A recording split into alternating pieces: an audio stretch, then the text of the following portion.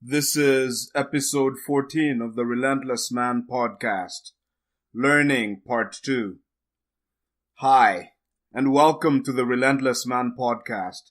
I'm your host, Christian Mojaiso, and my goal is to help men die empty, to make sure that you die having used up every ounce of potential that is trapped within you.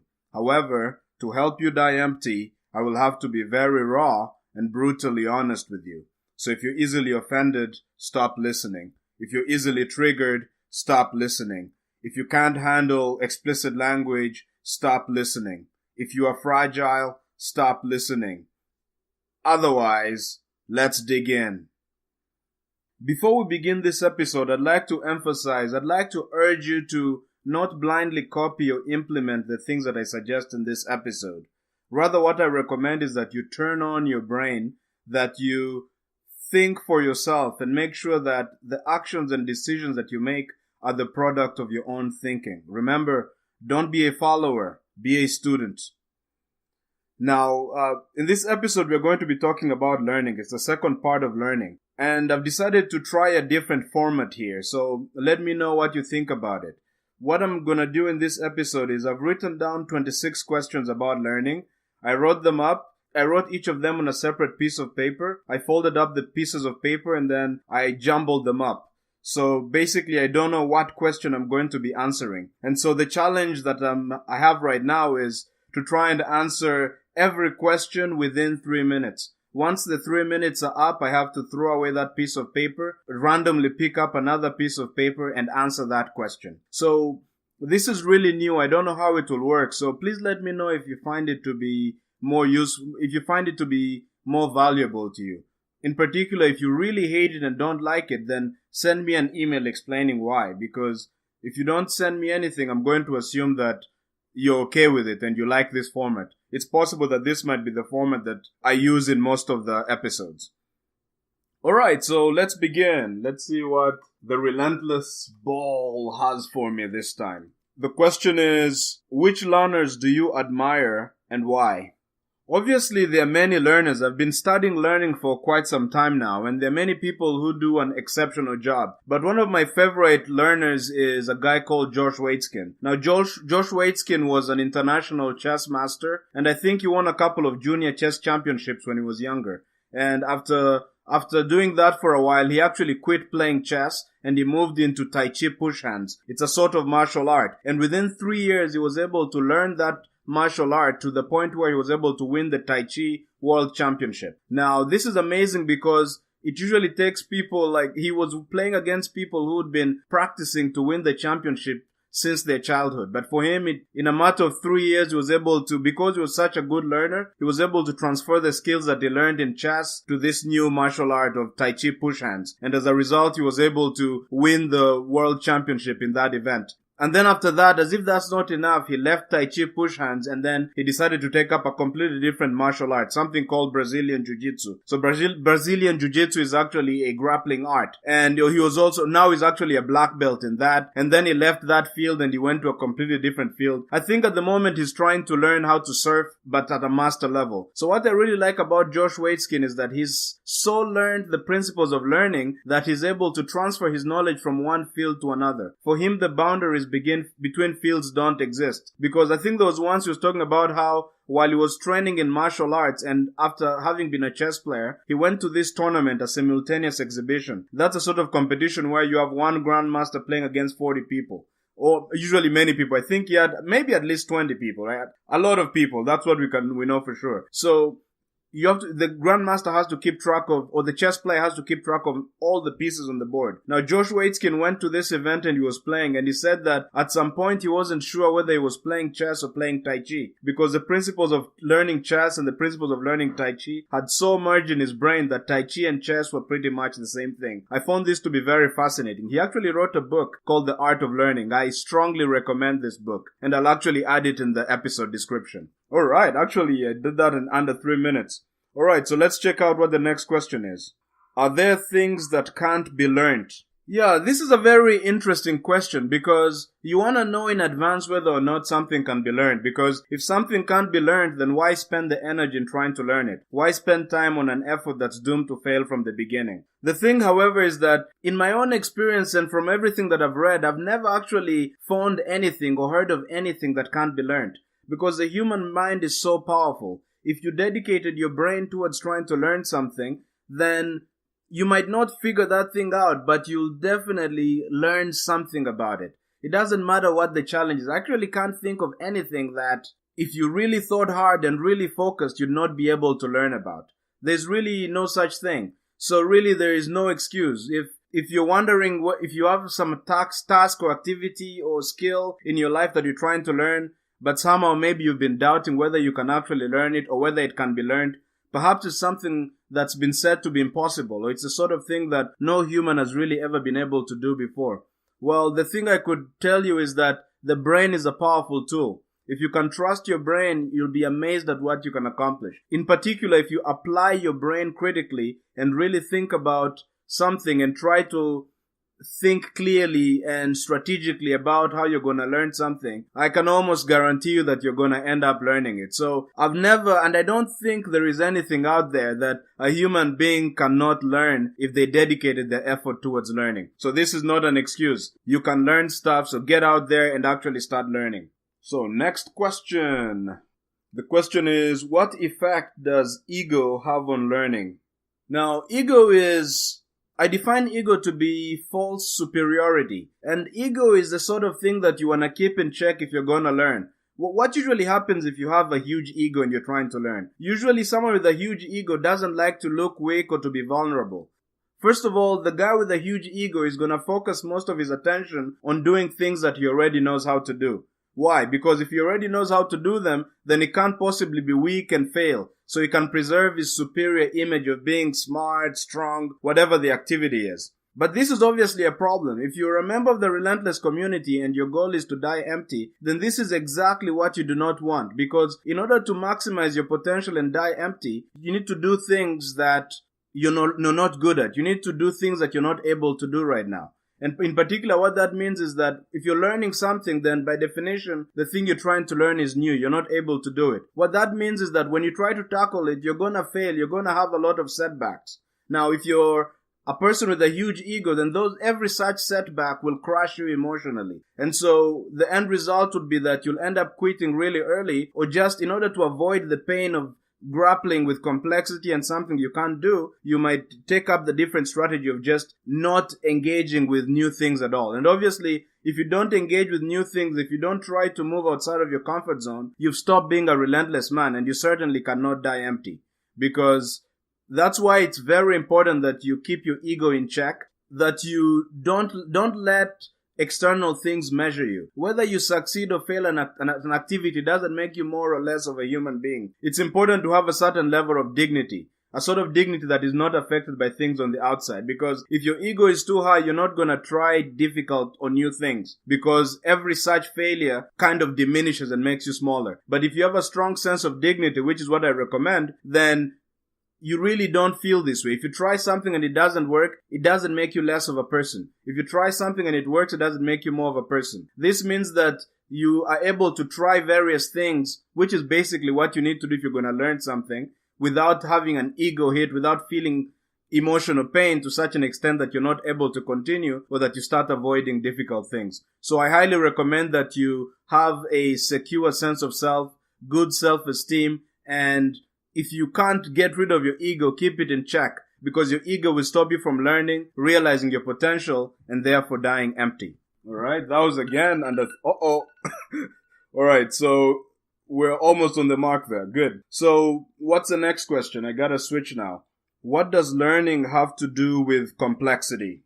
Alright, this is an interesting question, because when you're learning, by definition, you're trying to tackle something that's new for you, something that you're not able to do. And if you tackle something that's sufficiently new, sufficiently outside of your comfort zone, then you're going to have to grapple with complexity. I remember a vivid example of when this happened to me. It was last semester. I was in advanced linear algebra. Linear algebra is a branch of mathematics. And this was a class for which I was not well prepared. So I got into this class and the professor was explaining concepts, formulas, and theories. And I knew none of those theories. Everything that he was writing on the board was completely new for me. And I remember feeling physically sick, like someone was punching me in the chest. It was the most uncomfortable feeling in the world because I was faced by complete complexity, by a world of mathematics that I just didn't understand at that moment.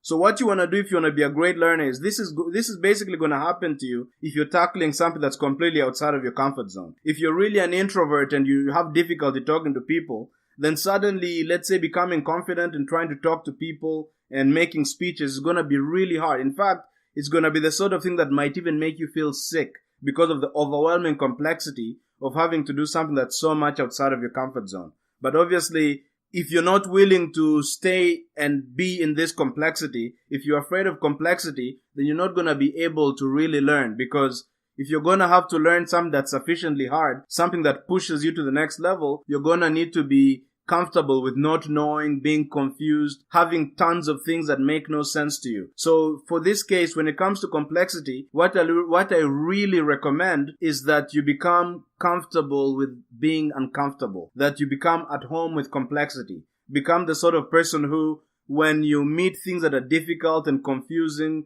and complex for you, instead of frowning and getting scared and running away, a smile actually appears on your face. You move towards the complexity and difficulty. I guess you could picture an example of like a Marine. So usually a normal person, if you hear bullets, you run away from the bullets. But to become a great soldier, you have to become the sort of person who, when you hear the bullets, you move towards danger, not away from danger. And this is how you want to be as a learner as well. Not necessarily moving towards danger, but you want to move towards complexity instead of away from it. If you're not able to deal with complexity, if every time things are difficult you run away, then you might as well just forget about learning. So I recommend that you become comfortable being uncomfortable.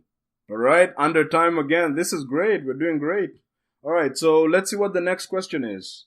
The question is, what is learning? The last episode was on learning. So the question is, what actually is learning? So I define learning to be, I use an acronym TIA, T-I-A. Learning is the process of taking in new information, internalizing the new information, and applying the new information to novel situations. So what does this mean? When we say taking in information, we refer to the process by which information leaves the external world. New information leaves the external world and gets into your brain. So for instance, if you're a student in a classroom trying to learn math, then taking in information would mean, for example, listening to the professor or looking at what they're writing on the board. You take in the information through seeing or listening in this case. And that's what it would mean to take in information. The next step in the learning process is internalizing that information. That is, you want to make the information so much a part of you that you're able to use and apply that information without needing to refer to external sources. So for instance, if you're in the classroom situation, if you've really internalized whatever you're being taught, it means that you're able to use the concepts in the class without needing the professor's help, your notes, or anybody else. Learning implies a certain level of independence, being able to do things without any external assistance or guidance. The third step in the learning process, and this is crucial, is to really know whether you've learned something. You need to be able to apply that idea or concept or new information to novel situations. So for example, if you've learned how to ride a bike, if you've been riding a bike on a flat surface, the true test of whether you know how to ride the bike is if you're able to ride the bike in a different situation. Let's say going downhill or uphill. If you're able to do that, then that's a sure sign that you really know how to ride the bike. So if let's say you're struggling with controlling your emotions and you're not sure whether or not you know how to control your emotions, a true test of whether you've learned how to be calm is if we can move you from the situation where you learn to be calm.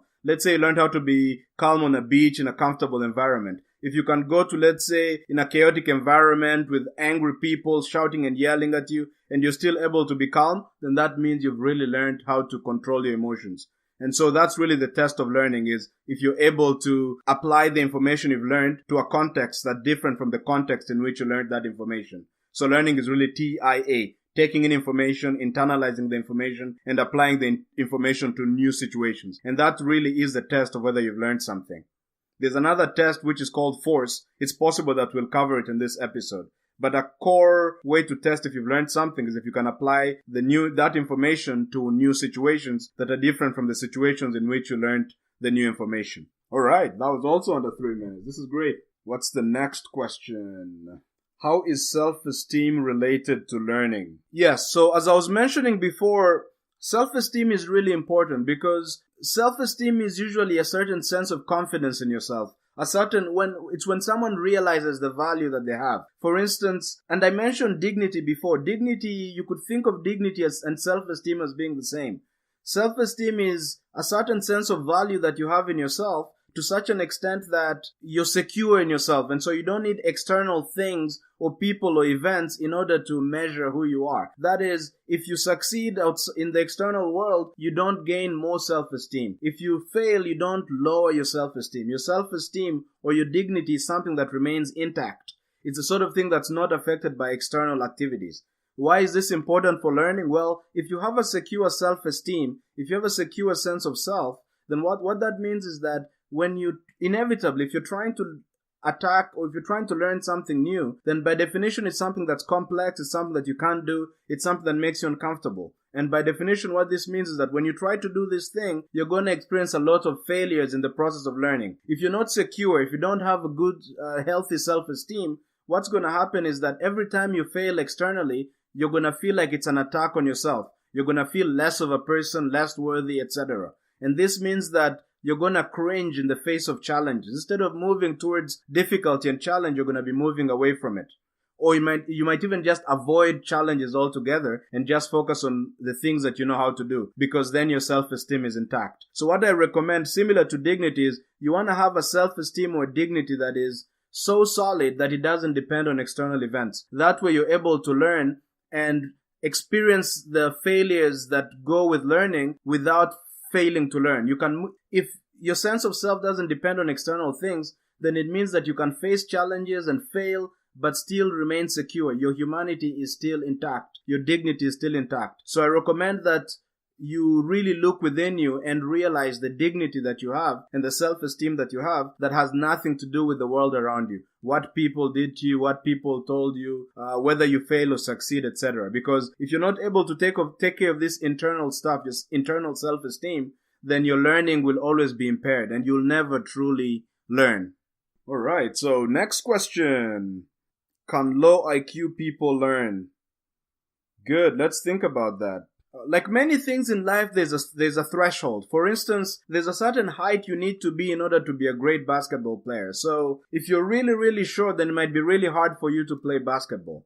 However, if you're tall enough, then it becomes really a question of how much you practice, and all these other factors come into play. It's kind of similar with intelligence as well, but the thing is that the person who can't learn would be the sort of person that has maybe had a severe accident. Maybe their head was smashed or something, or they're really just suffering from severe mental illness. However, this is a small portion of the population. In particular, if you're able to listen to me and understand what I'm saying, the reality is that your brain is good enough to learn. So this excuse of I have a low IQ just doesn't work, because you have a good enough brain to learn. The only question is, are you going to discipline yourself enough to actually show up and invest the time in learning? And are you going to actually spend time to learn the laws of learning and work in accordance with them? If you do these things, so long as your brain is not, so long as you're not suffering from brain damage, then you're going to learn. Even for someone who actually has brain damage, I wouldn't say they can't learn. I wouldn't cross that out completely.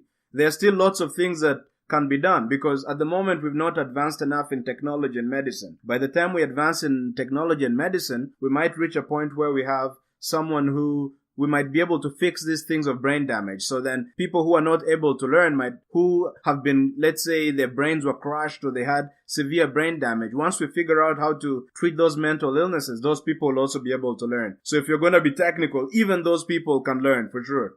It's only a question of advancing technology and medicine. However, for the vast majority of people, and very likely that includes you because you're able to understand me right now, don't use IQ and low intelligence as a sort of excuse for not learning. Get out there and actually learn, because if you follow the laws of learning, you learn. It doesn't matter who you are. So really learn the laws of learning and have the discipline to actually show up to practice and to devote yourself towards learning, and you will learn. Because if you follow the laws work for you. The laws are not racist. They don't care about your gender or anything like that. All right, next question.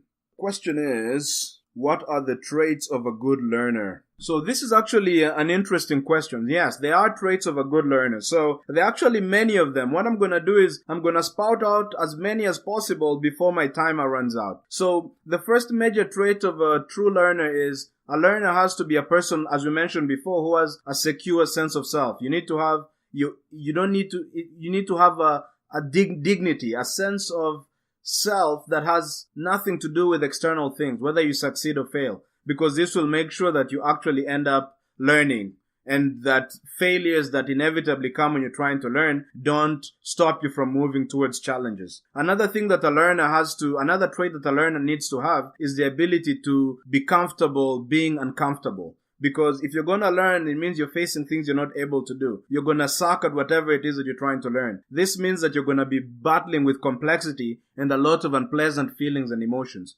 So you need to become the sort of person that's able to be comfortable and continue pursuing challenges despite those feelings and the pain that you might feel and the confusion and the complexity that you're facing. So being comfortable, being uncomfortable is core and fundamental towards being a good learner. The other thing a good learner needs to have is discipline. Because without discipline, you can't achieve much if you're not disciplined. And this applies to learning as well. Because usually learning is a process, as we mentioned. So that means that when you hear process, it means there is time involved. If you're learning something that's really meaningful, the sort of thing that will help you to die empty, very likely that thing is going to take time. You might try to learn things that will take you like a month or 2 months to learn. If you have that type of time frame, what will guarantee that you show up every day to put in the effort that's necessary in order to learn the thing? Well, that's discipline. So that's a core thing, because if you don't have discipline, you're not going to show up to those practice sessions. And if you don't show up for the practice sessions, you're not going to learn. Or you'll show up for some of them and not others, and not learn as much as you could, and therefore you fail to die empty. So ultimately, discipline is core as well. It's one of those things that you really cannot survive without as a learner. There's no way around it. Get disciplined. Otherwise, you're really not going to be able to learn. Another thing that a learner needs to be able to do is a learner needs to learn the laws of learning. I mentioned before, there are laws of physics. There's a law like gravity. If you jump from a tall building, you fall. It doesn't matter who you are. There are also laws of learning. So if you're disciplined but you don't know the laws of learning, then you're not going to learn. So what I recommend is it's really important that you learn how to learn. You learn the principles of learning. I'll put resources in the episode description so that you're able to find people that you can learn the laws of learning from. All right, we just run out of time. Okay, so next question. And the question is, what benefits does discipline bring to learning? Discipline is fundamental because, as I mentioned before, learning implies time. It means there's a process. If there's a process, there's time, which means that if you're going to learn the sorts of things that are going to enable you to die empty, if you're going to realize your true potential, certain things are going to take you a long time to learn. What that means is that you're going to need to have the discipline to show up and actually learn those things. So that's one importance of discipline, because if you have the discipline, then at least you're guaranteed to show up at every practice session. Then the other thing we mentioned before is that you need to actually know the laws of learning. If you don't know the laws of learning, then it doesn't matter how disciplined you are, because if you show up to the sessions, but you're not working in accordance with the laws of learning, then you're not going to learn. So that means that you need to actually learn the laws of learning. But what's going to guarantee that you learn the laws of learning? Discipline. Because learning the laws of learning also takes time. So you see, discipline is really core here. Discipline makes sure you show up to do the practice necessary to learn. Discipline also makes sure that you actually dedicate the time to learn the laws of learning. So discipline is really fundamental, and there's really no way around it unless we have some advances in technology. I always leave my mind open for new possibilities, but as far as I know and from all the reading I've done, you really can't get around being disciplined. If you're not disciplined, you're just not going to learn. But if you're disciplined, then you have a shot at learning. Because once you have the discipline to show up to practice, you have the discipline to learn the laws of learning, and you apply the laws of learning. Unless you're suffering from brain damage, you're going to learn. Because you're following the laws, you're going to learn. All right, next question. Wow, that was actually with a minute to spare. So Christian is really efficient at this thing. All right, let's look at the next question. How important is reading?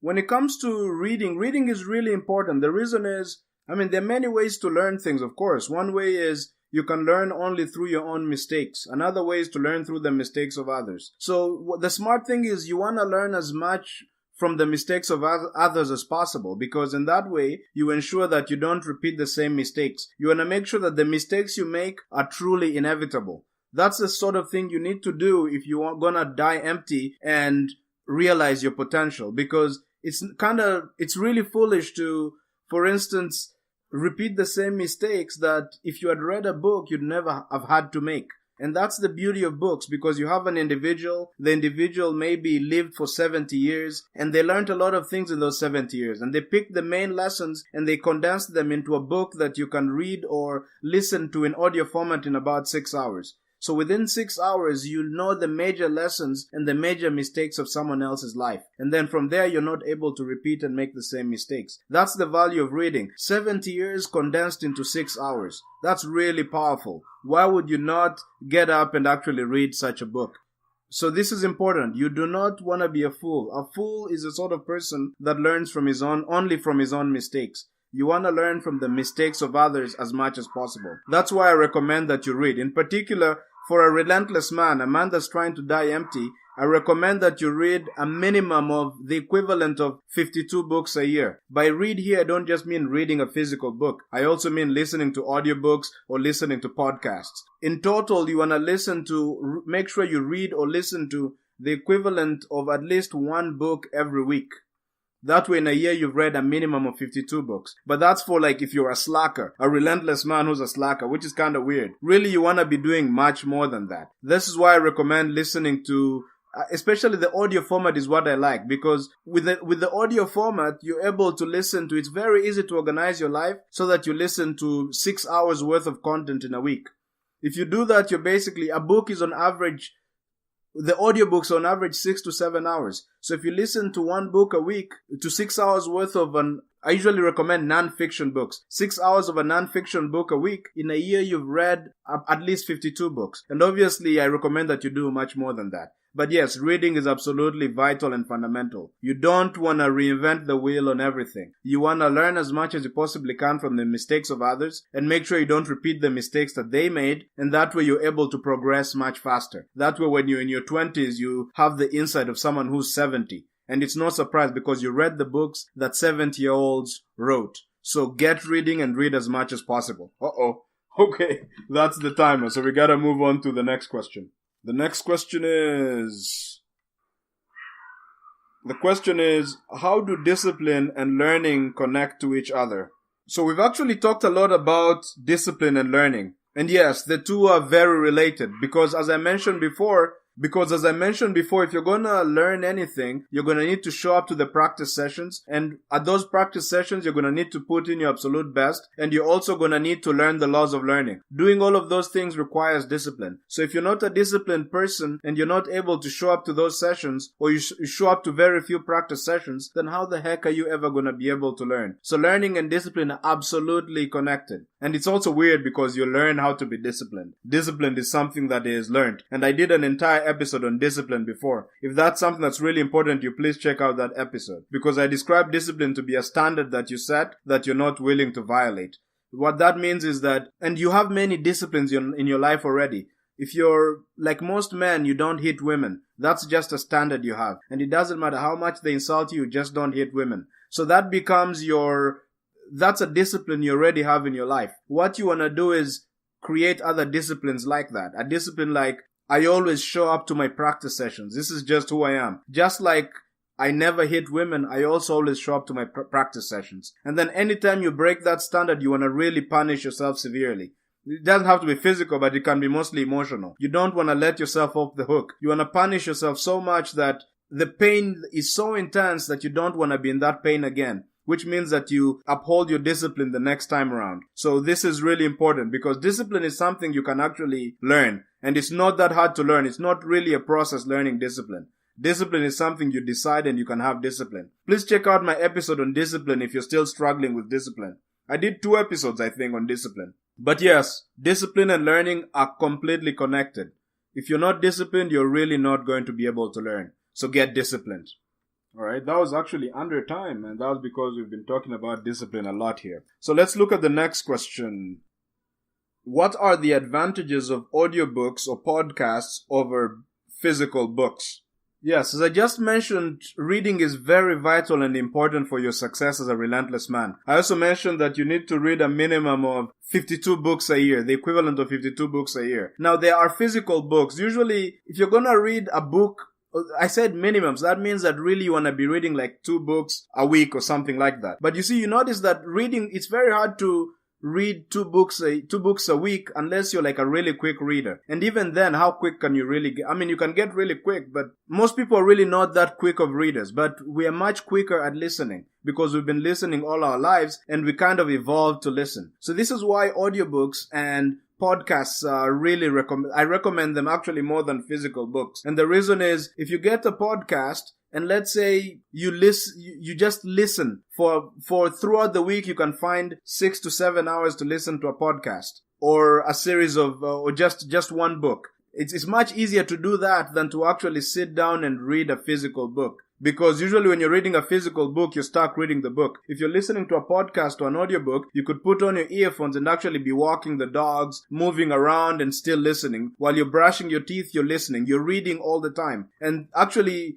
if you're able to increase the speed, for example, I listen to podcasts at twice the speed, which means that in half an hour, I listen to an hour's worth of content. And what this means is that within the end of a day, for me, I've read the equivalent of a book. Within a week, that's the equivalent of a minimum of 6 books. And so you can imagine what the growth is like. Think about what happens after a year of doing that. So I highly recommend that you do this, because reading books and leaving yourself open to be changed by them, especially listening to audiobooks, and of course, I'm not saying don't read physical books. If physical books work for you, do that. However, I recommend strongly instead that you get better at just listen to audiobooks or listen to podcasts and try to listen to them at a fast pace. On Audible, I think you can listen up to 3 times the speed. But if you're able to listen to a podcast at twice the speed, it means within an hour, you've listened to 2 hours worth of material. And that means that you need like maybe 3 hours. In 2 days, you can dedicate 3 hours to listen to a book. And what this means is that if you're listening at twice the speed, it means in 3 days you've listened to an entire book actually.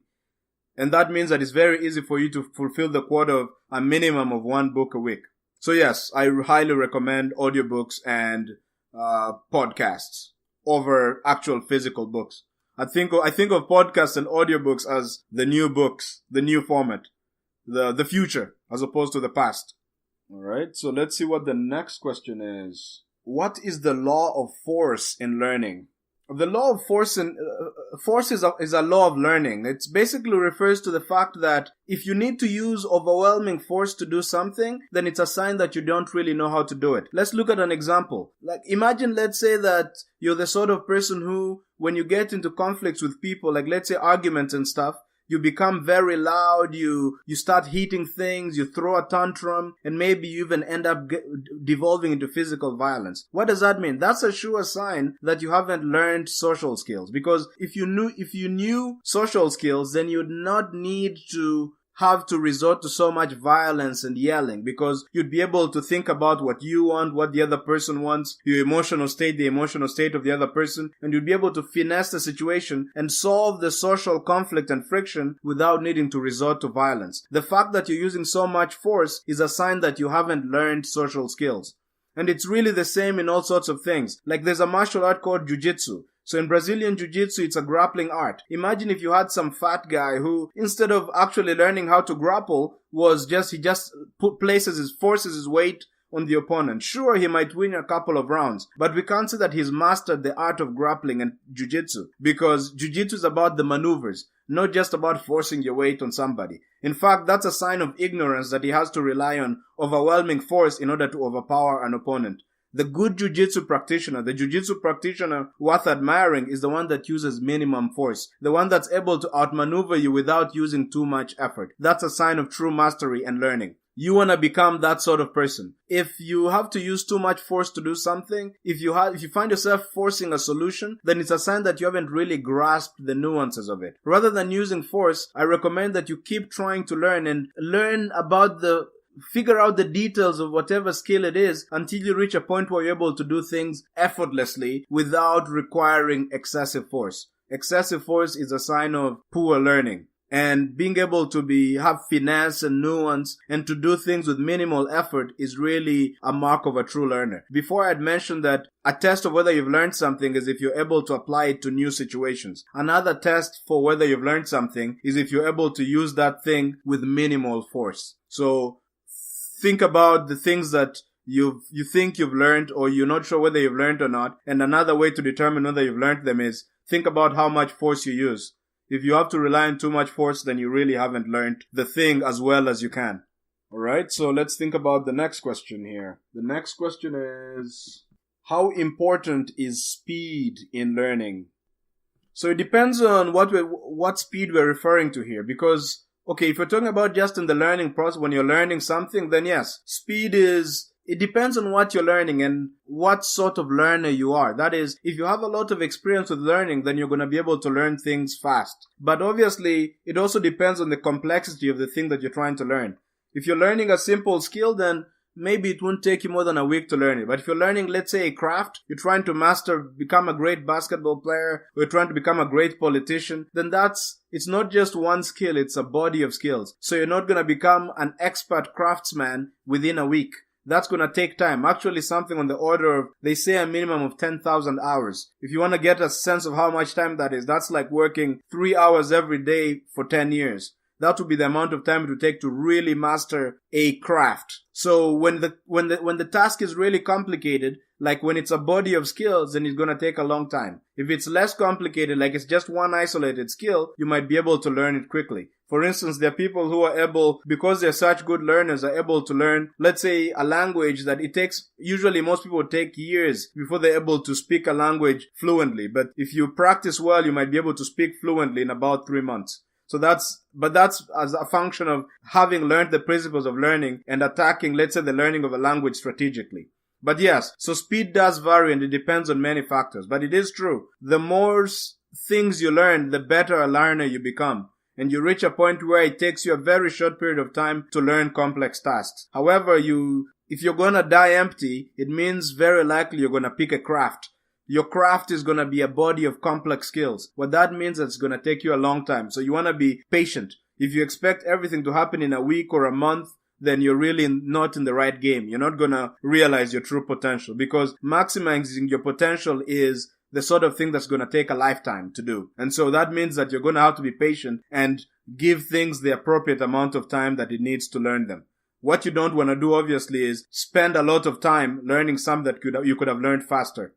Also, what you don't want to do is try to learn something super fast when it actually requires quite some time to learn it. So knowing the balance of how much time to devote to the learning process is really an art. It's not the sort of thing I can give you a formula. You're going to have to actually pick up a craft or some skill, try to learn it, and you'll be able to find this balance for yourself. To know when you've taken too much time to learn something and when the time that you've taken to learn something is just the right amount of time. Alright, this appears as 7 on my list. What are you, number 7? Number 7 asks, how important is rest when learning?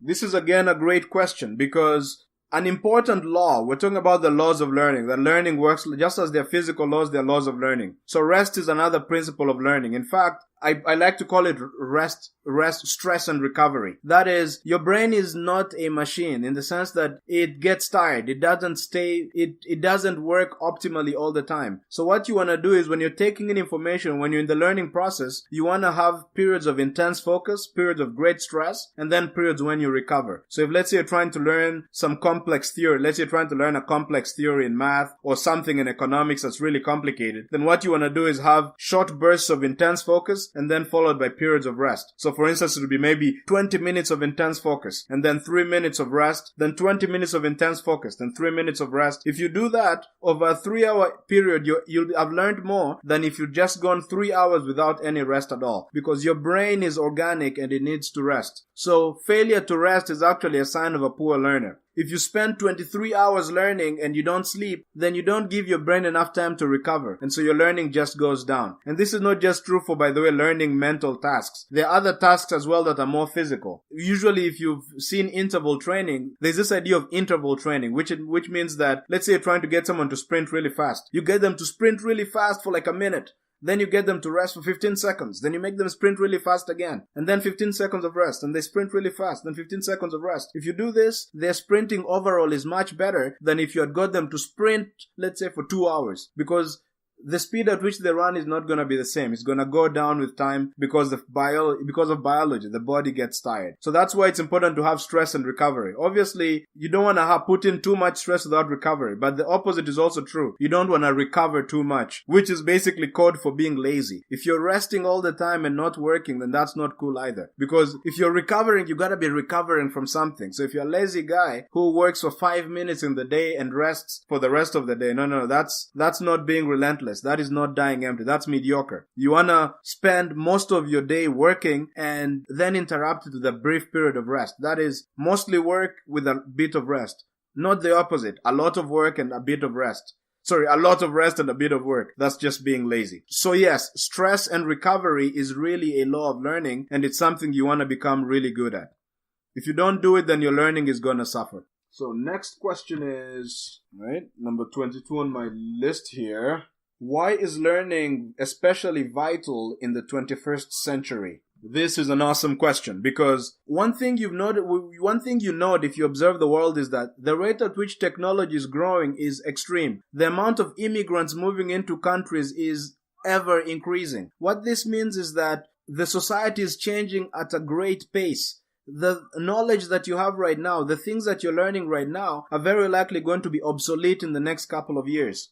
So how do you navigate this complex world that's always changing, this technology that's always improving? How do you deal with all this information that's bombarding you all the time? Really, the key core skill that's going to be necessary to navigate this century and the coming centuries is going to be the ability to adapt to change. And that's what your brain is good at. Adapting to change is basically what learning is. Because you want to be the sort of person that no matter what they throw at them, whatever new information you give them, you move towards the new information. You move towards difficulties. You master the changes and you become comfortable whatever is thrown at you. And that's why learning is particularly vital. In particular, very vital in this age that we're living in. In the past, people could live for 100 years without major changes in how the society works. But now that's no longer possible. If you're a college student, whatever you're learning in college is very likely going to be obsolete in the next couple of years. So what are you going to be left with? The knowledge is not going to help you as much. What you're going to need to do is become an expert at learning, to learn how to learn. Because if you know how to learn, then it doesn't matter what I throw at you. You're going to be able to adapt and thrive in whatever environment I put you in. So learning is particularly vital for this century. And if you're not learning how to learn right now, you're in big trouble. You better become rich, super rich. That's maybe the only way you're going to be able to survive in the future and in the world we're living in right now without needing to learn. But even then, I'm not saying rich people shouldn't learn. You should learn. But especially if you're not rich and you have nothing that guarantees your survival throughout the century that's coming or towards this century, then you're going to really need to learn. That's the greatest superpower you can have. The ability to learn and master anything you dedicate yourself towards. And for a relentless man, you're not going to realize your potential in this century if you don't learn. All right. So next question is, this is 20 on my list. Why am I getting excited? What's number 20? Let's see. How do I deal with failure when learning? Okay. So as we mentioned before, by definition, if you're trying to learn something, it means it's something that's new to you. It's something that's complex and hard. So what this means is that as you attempt to learn that thing, you're going to make a lot of mistakes. You're going to fail a lot. And so it's important to think about, when I fail and when I struggle during the learning process, how do I deal with that emotionally? And this is important because as we mentioned before, there are certain core things you need to be able to do. A major thing is you want to have a sense of dignity. You want to have a sort of self-esteem that is independent of what happens outside of you. Because if you have a secure sense of self, then the learning and the mistakes that you make wouldn't be that bad. Because every failure doesn't measure, it doesn't diminish you in any way. So you're able to keep learning and you don't face so many emotional repercussions when you try something that doesn't work. In particular, another tactic I'd really suggest here is you want to change. Don't use the word failure when it comes to learning because the way the brain works is by contrast. That is, you learn things in relation to other things. In particular, if you want to know how to do something, it means you know what it means not to be able to do it. So you could think of every trial that you make, what we traditionally call as failures, as variations in the learning process. That is, you're seeing what doesn't work in order to know what actually works. So you want to change the word. Don't call it failure when you're learning. If you try something that you're trying, if during the learning process you try something and it doesn't work, don't call it failure. Call it a variation. You just figured out what doesn't work, and this makes it more likely that eventually, when you figured out all the details, when you've tried all these variations, when your brain is ready, you'll actually be able to do the thing that you're trying to do. So one thing I really recommend here is that, one, you have a strong sense of self. The other recommendation that I give is that you become the sort of person that, the other thing I'm recommending is that you don't think of variations and things that don't work out during the learning process as failure. It's just part of the learning process. If you do that, then you won't have to suffer emotionally every time you do something and it doesn't work out. So it's not a failure, it's a variation. It's part of the learning process. And you don't want to take these things personally. Just because you tried something that doesn't work, it's not personal. It's not an insult to you. It doesn't say anything about you. It just means that what you tried didn't work. Try something else. Simple as that. All right, let's move on to the next question here. Okay, this is number 19 on my list. Number 19, who are you? Number 19 asks, how do I know if I have learned something? All right, the clock just started. Well, yeah, when it comes to, we've talked a lot about the test, because what the question is asking is about a test. If I have, let's say, been trying to do something, how do I know if I've truly learned it? So you're asking for, is there a test of learning? And the answer is yes. So one test I've already given you is every time you learn something, a new skill, a new idea, a new concept, you learn it in a certain context. The true test of whether you've learned it is if you're able to get this concept or skill and apply it to a different situation from the situation in which you learned it. So for instance, as I mentioned before, if you've been riding a bike on a flat surface, if you want to know whether you're able to ride a bike, is you try and change environment. See if you can ride uphill or downhill, or if you can ride on a very rocky kind of terrain and still stay on the bike and ride comfortably. If you're able to do that, then that's a sign that you know how to ride the bike. Another test that we've mentioned, a test of whether you've learned something, is if you're able to use minimal force. The fact that you need to use excessive force is a sign that you really don't understand or you haven't really learned that thing. Imagine if, let's say, you're trying to get into a house and you don't know what a door is. And let's say that you run and you actually just break the door and get into the house. Can we say that you've learned how the door works? No, because you've just used excessive force. You haven't really understood the nuances of the door. The person who's learned how the door works is the person who's going to explore, touch the door, realize, oh, there's a knob, play around with the knob, and finally figure out how it works. The kind of person who's able to get into the house without needing to break the door. That is using as little force as possible.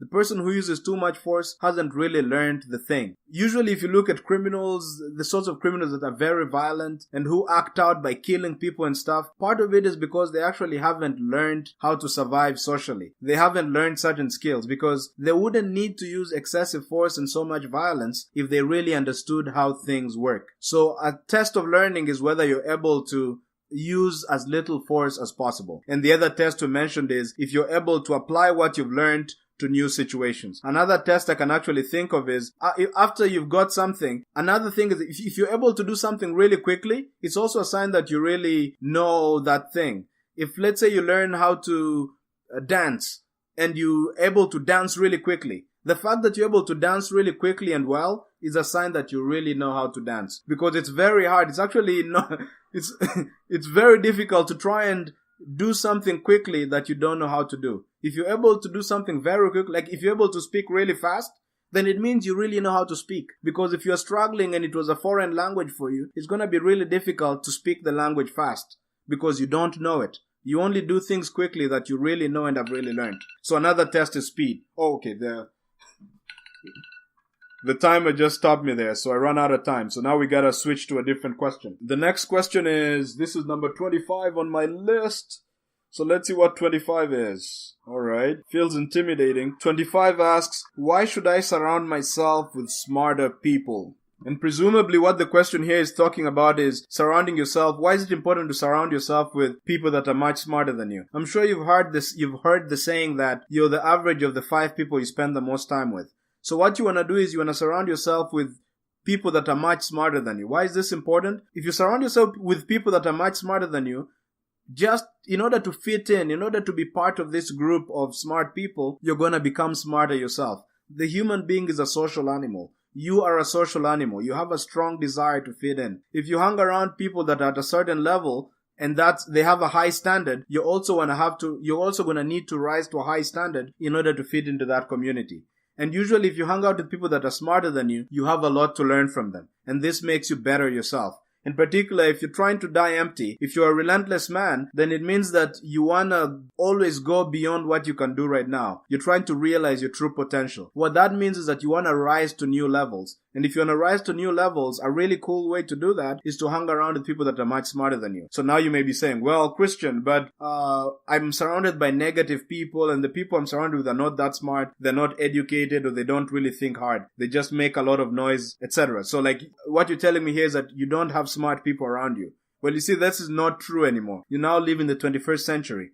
We said surrounding yourself with smart people. We didn't say they have to be physically next to you. We now have the internet. If you go online and find smart people, great learners, people, great billionaires, CEOs, scientists, etc., if you listen to, let's say, podcasts of people who are really smart, then this literally becomes your environment. If you pick 5 really smart people and you listen to their podcasts every day, then you're gonna start thinking like these people think. It's a human thing. It's a social thing. In order to survive socially, you want to live up to the standards of the community. So if you create this virtual community of really smart people, your brain can't distinguish really between whether the people are next to you or whether the people are just virtual. So as far as your brain is concerned, this is your environment. Your environment has billionaires like Bill Gates. It has great scientists. It has great inventors. It has great thinkers. If you can create that environment for yourself using the internet and social media, and if you do that, then you're going to become much smarter, you're going to learn much more, you're going to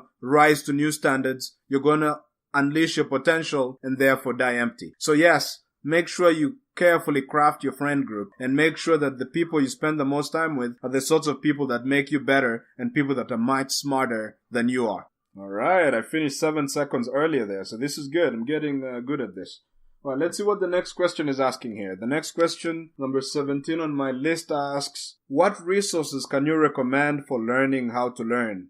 So nowadays, with the explosion of the internet, there are so many resources out there. So there are lots of resources I could recommend. In fact, for this episode, in the episode description, I'm going to include a lot of resources about learning how to learn, the resources you can find to learn how to learn. And the person I'd recommend is a woman called Anat Baniel. So Anat Baniel is actually a neuroscientist, and she's studied learning in depth. In particular, there's an interview of hers that she did on YouTube. It's called with a guy called David Larouche, and it basically talks about learning. I'm going to add it in the episode description. And she refers to something she calls the 9 essentials of learning. You could think of those as the 9 laws of learning. So I recommend that you listen to her and you look her up online, Anat Baniel. She's going to be in the episode description. You look her up online and you could find out what her 9 essentials are. These 9 essentials will basically guarantee that you now know the laws of learning. And so the thing that will be stopping you from learning will really be sheer discipline. So if you're disciplined and you listen to Anat Baniel, then there's no reason why you shouldn't learn whatever it is that you're trying to learn. And there are obviously other resources like the book, The Art of Learning by Josh Waitzkin. I mentioned him before. He's a brilliant learner and he wrote this revolutionary book, in my opinion, called The Art of Learning, where he reflects on how he learned chess and the martial arts. And it's very meta. So if you're the sort of guy who's into like Zen Buddhism and Eastern principles, you'll really love this book and you'll come out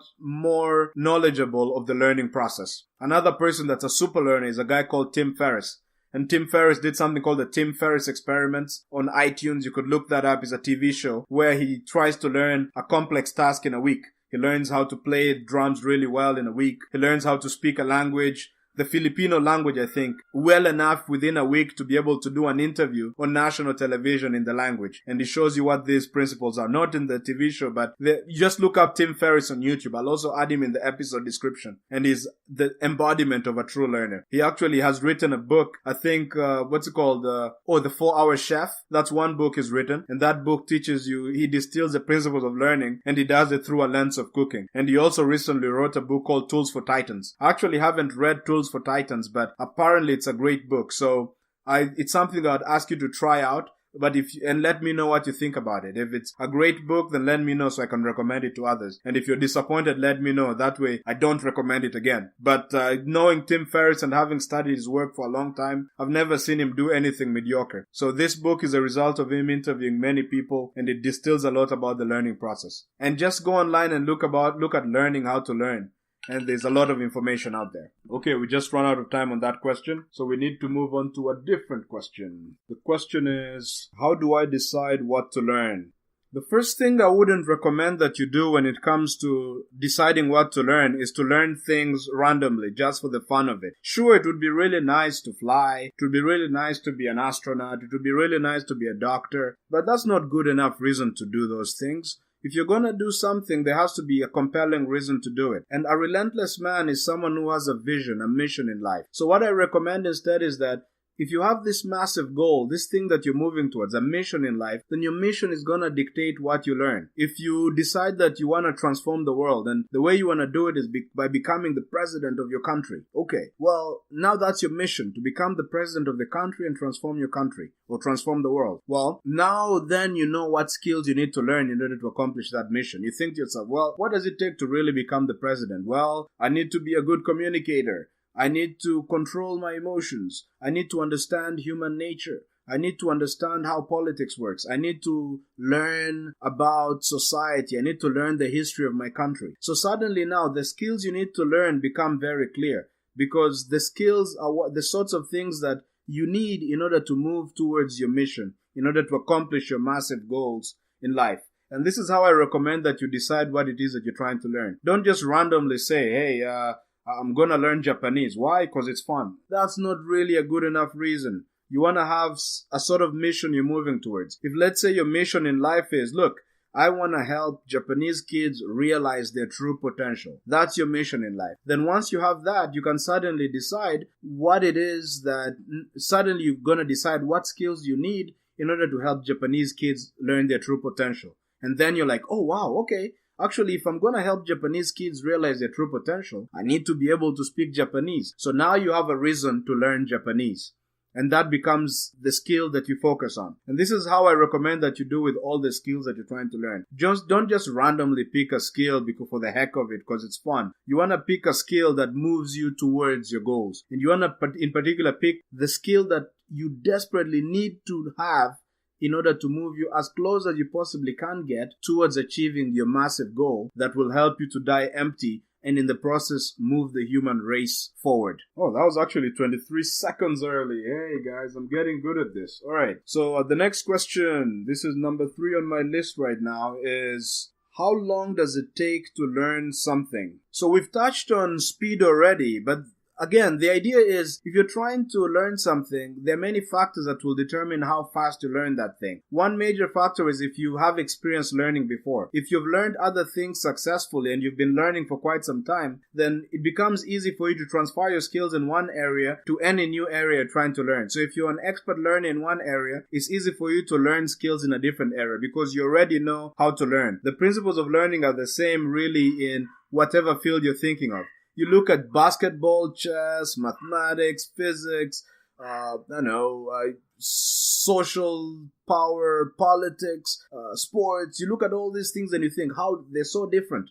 But really the laws, the principles you need to learn these things are basically the same. They look different in various fields, but the laws of learning are the same. So that's why it makes sense that if you've learned the principles of learning in one area, you can transfer and use those principles in another area really fast. Unless you're really closed-minded and you're not allowing information to flow from one field that you've learned to another field that you're trying to learn. Another factor that's going to affect how quickly you learn something is the complexity of the skill itself. If you're trying to learn something that's very complicated, like let's say you're trying to learn chemical engineering, then that's a big thing to learn. It's going to take you a long time to learn that. But if it's relatively small and not that complicated, then you're going to learn it really quickly. And of course, there are genetic factors, but I don't like to dwell so much on genetic factors because it's amazing what human beings can do when they push themselves. There are so many things that people tell you, oh, naturally you don't have the talent for. But if you really focus, you'll be amazed what you can do. So I'm not going to focus too much on genetic factors and things like that. Of course, they do play a role, but there's a lot of things that you're going to be able to learn. And the speed at which you learn will be affected a lot by how good of a learner you are and how much time you dedicate towards learning the laws of learning and becoming a master at applying these laws in whatever it is that you're trying to learn. So speed really varies from person to person and depending on the activity that you're trying to learn. So let's look at something else. Another question, number 26 on my list. How can I surround myself with smart people? Okay. So we mentioned before that it's a very good idea to you're basically the average of the 5 people you spend the most time with. If you surround yourself with smart people, you're going to become smarter. Because just the sheer desire to fit in socially with these smart people is going to force you to operate at a higher level than what you're operating at it right now. And that will help you to realize your true potential. So,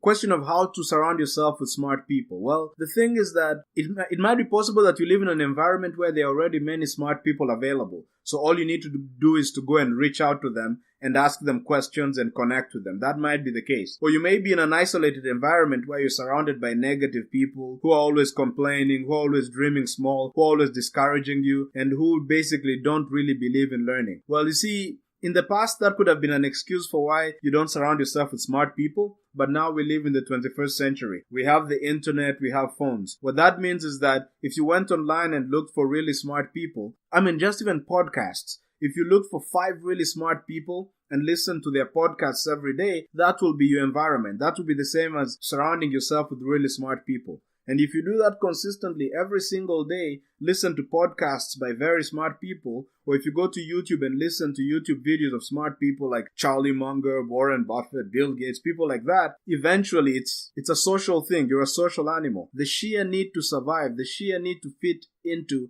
and to get to the level of these really smart people that you surround yourself with will force you to really improve. Your level of thinking will skyrocket as a result of creating this environment around you. And it's now possible more than ever because you don't need to create necessarily a physical group of smart people that are next to you. You can create a virtual such group. Oh, we've actually run out of time there. Okay. Thank you very much for listening to this episode. This is really your podcast, and you can think of me as your servant. My primary goal is to do everything I possibly can to help you die empty. In particular, what this means is that everything I do in this podcast, I do because I believe that it is what is necessary to help you realize your potential and die empty. However, I'm a human being. What that means in particular is that I make mistakes. And there are things that I might think would be vital for your success that might not be. There are things that I do in the podcast that might actually be things that are not serving you. You're in a better position to know that than I am. So please, if there's anything you do not like in the podcast, if there's anything you think I should add, if there's any way you think I should change the podcast in order to help you realize your potential and die empty, please let me know. If I don't get a comment from you, I'm going to assume that you like the podcast as it is. Thank you very much once again for listening and have a relentless week. Bye.